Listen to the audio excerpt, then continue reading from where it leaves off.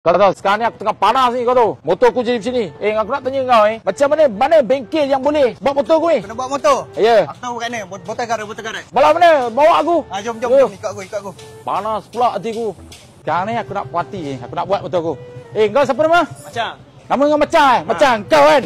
Yang aku nak sekarang ni aku nak buat motor ni. Sekarang aku nak buat enjin dengan aksesori. Kau boleh tolong buat tak? Asal tak boleh buat. Ini botol garage mah. Semua benda kena hidup boleh. Sekarang ni aku nak buat sekarang. Jom. Mal pilih je apa konsep yang kau nak.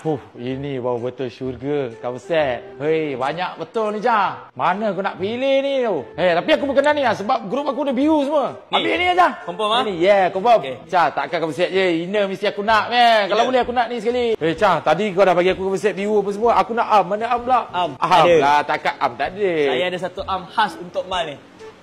Ni. One in kat Malaysia.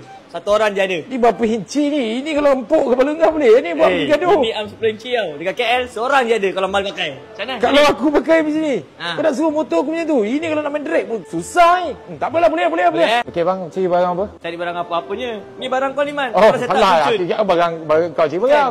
Kawasan dengan ini ada daripada sektor Cun. Yang penting ni, limited edition, one in Malaysia, okey? Dah jadi pasang Okey, aku kira jadi je. Aku on untuk kau je semua jadi. Dia pasang, jom pasang. Okey, sekarang ni aku nak bagi seorang pemenang untuk cover set. Seorang je. Kalau aku nak korang komen dekat akaun ni, Botol Garage ni. Jangan lupa follow, like and share Botol Garage. Alright.